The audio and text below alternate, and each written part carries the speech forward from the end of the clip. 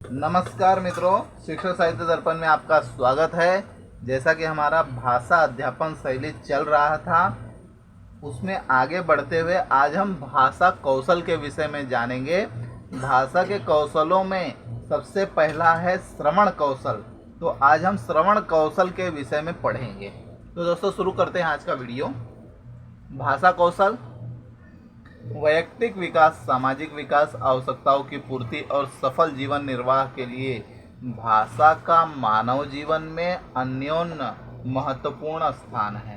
भाषा की सुबुद्ध शिक्षा, भाषा के कौशलों का आत्मसात करना, भाषा पर प्रभुत्व पाना, विश्व ज्ञान भंडार का लाभ उठाकर जीवन विकास करना, अपने विचार स्पष्ट रूप से मौखिक व लिखित रूप से अभिव्यक्त करने, दूसरे के विचार भाषण और पठन द्वारा ठीक तरह से जान लेना, ये सभी कौशल हैं, कला है। इसके लिए भाषा का सुव्यवस्थित अध्ययन अध्यापन की जरूरत है। भाषा भाव और विचारों को अभिव्यक्त करने का साधन है। ये बार बार घड़ी घड़ी इसमें आ रहा है, क्योंकि भाषा भाव और विचारों को अभिव्यक्त करने का साधन तो है ही। हम इस वाक्य को हर जगह उपयोग कर सकते हैं कि भाषा भाव और विचारों को अभिव्यक्त करने का साधन है। हम इससे स्टार्ट कर सकते हैं। जीवन के प्रत्येक व्यापार में अवसरानुकूल बोलचाल सफलता की कुंजी है। अपनी मीठी वाणी, शिष्ट भाषा और वाक चातुर्य से हम अनेक व्यक्तियों को अपना मित्र बना सकते हैं। भाव जगत में तो वक्ता की अनुभूति के साथ श्रोता की अनुभूति का तादात्म्य स्थापित करने वाली वाणी की आवश्यकता होती है। अतः भाषिक योग्यताओं के विकास क्रम में श्रवण सर्वोपरि है और अभिव्यक्ति की दक्षता पठन व लेखन का स्थान क्रमशः माना जाता है। जब तक बालक में श्रवण व मौखिक अभिव्यक्ति की दक्षता का विकास नहीं होगा, तब तक भाषा के सीखने तथा सिखाने की प्रक्रिया नहीं चल सकती। श्रवण कौशल अर्थ एवं महत्व। श्रवण शब्द श्रु धातु से बना है, जिसका संबंध सुनने की विभिन्न क्रियाओं तथा ध्यानपूर्वक सुनने, अधिगम करने तथा मौखिक संवाद करने आदि से है। श्रवण में किसी कथन को ध्यानपूर्वक सुनने अथवा अर्थ समझने, सुनी बात पर चिंतन व मनन करने और उचित निर्णय लेने और तदनुसार व्यवहार करने जैसी क्रमबद्ध क्रियाएं सम्मिलित हैं। बालक जन्म लेते ही सार्थक और निरर्थक ध्वनियाँ सुनना आरंभ कर देता है और सांकेतिक भाषा में उसकी अभिव्यक्ति भी करता है।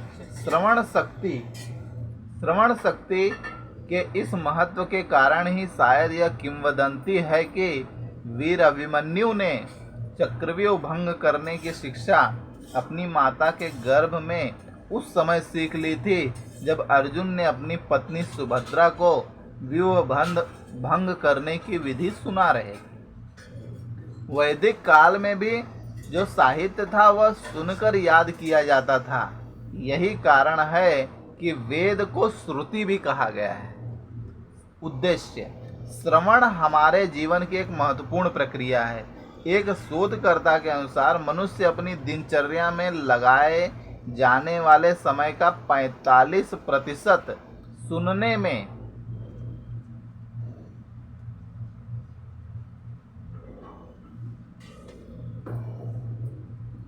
30% बोलने में और 25% संयुक्त रूप से पढ़ने और लिखने में लगाता है।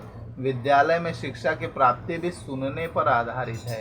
अतः शिक्षार्थी को ऐसी क्रियाओं में सहभागी बनाए जिससे वह ये सब करने के लिए क्या करना चाहिए, महत्व तो बता रहे हैं कि सुनकर अर्थ ग्रहण करने की योग्यता विकसित कर सकें, वक्ता के मनोभाव को समझ सकें, शुद्ध एवं अशुद्ध उच्चारण, ध्वनियाँ एवं शब्दों में भेद करने में निपुण हो सके, रेडियो, कैसेट व दूरदर्शन पर प्रस्तुत संवादों, समाचारों और वार्ताओं को सुनकर समझ सकें, सार ग्रहण करने की योग्यता प्राप्त कर सकें, सुनी विषय सामग्री के आधार पर प्रश्न पूछ सके तथा अपनी शंका का समाधान कर सके, सुनी विषय वस्तु को समझकर स्वराघात बलाघात के अनुसार अर्थ ग्रहण कर सके और उसके केंद्रीय भाव या विचार को स्पष्ट कर सके। अब आते हैं महत्व पर अब आते हैं कि श्रवण कौशल का महत्व क्या होता है। देख लेते हैं श्रवण कौशल का महत्व क्या है। पहला है ज्ञानार्जन। सशक्त श्रवण द्वारा सुदृढ़ ज्ञान की प्राप्ति होती है। उपदेशों कथाओं आदि के श्रवण से जीवन में मूल्यों का विकास होता है।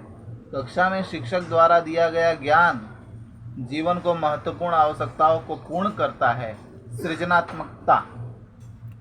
नव निर्माण की योग्यता का विकास शुद्ध श्रवण द्वारा संभव है। लेख कविताएं साहित्य रचना समीक्षा मूल्यांकन आदि का विकास श्रवण द्वारा होता है। मनोरंजन। कहानियां नाटक संवाद कवि सम्मेलन चलचित्र दूरदर्शन द्वारा प्रस्तुत कार्यक्रमों का श्रवण आदि इसके उदाहरण है। स्मरण विचार तर्क कल्पना प्रत्यक्षीकरण आदि मानसिक शक्तियों को बढ़ावा देने के लिए श्रवण कौशल महत्वपूर्ण भूमिका निभाता है। पांचवा है समालोचन शक्ति को बढ़ावा। उपर्युक्त श्रवण द्वारा सही गलत शुद्ध अशुद्ध पक्ष विपक्ष आदि में अंतर करने की शक्ति का विकास होता है। अनुकरण और अभिव्यक्ति। अनुकरण और अभिव्यक्ति महापुरुषों की चारित्रिक विशेषताओं का श्रवण कर उनके जीवन का उनके विचारों का अनुकरण करना, जीवन में उन मूल्यों को अपनाना और उनकी अभिव्यक्ति करना श्रवण द्वारा संभव है। ग्रहणशीलता। शिक्षक द्वारा दिया गया ज्ञान विद्यार्थी श्रवण द्वारा ग्रहण करते हैं। जिनका सशक्त श्रवण होगा ग्रहणशीलता उतनी ही अधिक होगी। श्रवण के प्रकार। अब श्रवणों के प्रकार पे कि श्रवण कौशल के क्या प्रकार हैं।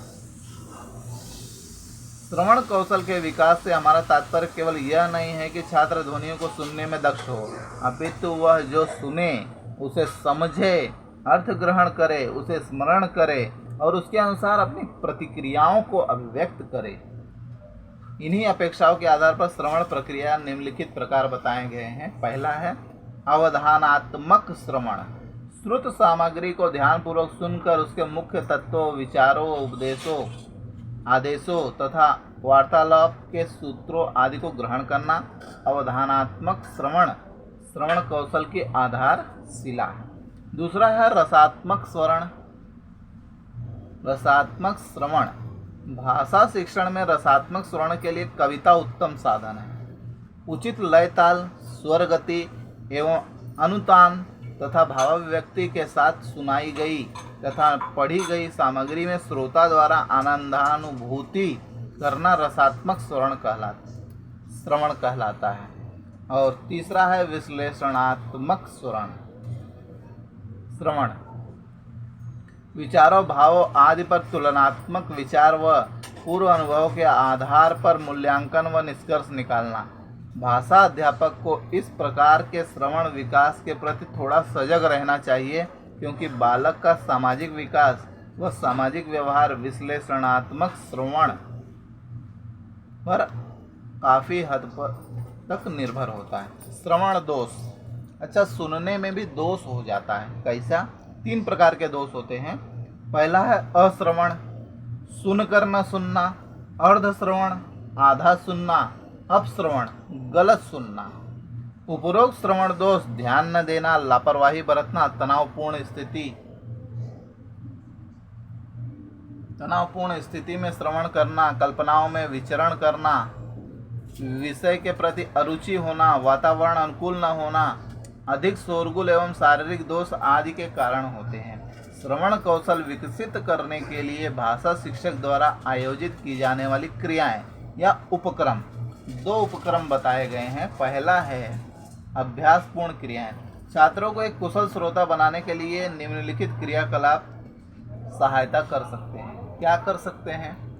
कहानी सुनाकर, वार्तालाप सुनाकर, नाटक के संवाद सुनाकर, कविताएं सुनाना, चित्रों कार्टून कठपुतली आदि द्वारा वर्तमान समस्याओं से संबंधित सजगता उत्पन्न करना, महापुरुषों के विचार सूक्तियाँ, समाचार पत्र से मुख्य समाचार सुविचार आदि सुनाकर। ये हो गए अभ्यास पूर्वक क्रियाएं। और दूसरा है सह अभ्यास पूरक क्रियाएं। विद्यालय स्तर पर सह अभ्यास पूरक क्रियाकलाप आयोजित किए जा सकते हैं। ये छात्रों के श्रवण कौशल विकास में अहम भूमिका निभाते हैं। ये क्रियाकलाप वाद विवाद, कहानी, नाटक, सुवाचन प्रतियोगिताएं, सामूहिक गान, समाचार वाचन, मूल्य प्रधान चलचित्र दिखा व सुनाकर आदि। तो दोस्तों, भाषा कौशल के अंतर्गत आज हमने श्रवण कौशल के अर्थ एवं महत्व के विषय में विस्तार पूर्वक जाना और इसके प्रकार, श्रवण के प्रकार के विषय में जाना, श्रवण के दोष क्या होते हैं और शिक्षक को श्रवण कौशल को विकसित करने के लिए किस प्रकार जो है उसमें उपक्रम करने चाहिए, क्रियाएं करनी चाहिए, उस पर आज हमने विस्तार से चर्चा की। तो दोस्तों, जो मेरे वीडियो को देख रहे हैं कृपया लाइक करें, शेयर करें, सब्सक्राइब करें। मिलते हैं दोस्तों अगले वीडियो में, तब तक के लिए नमस्कार, धन्यवाद।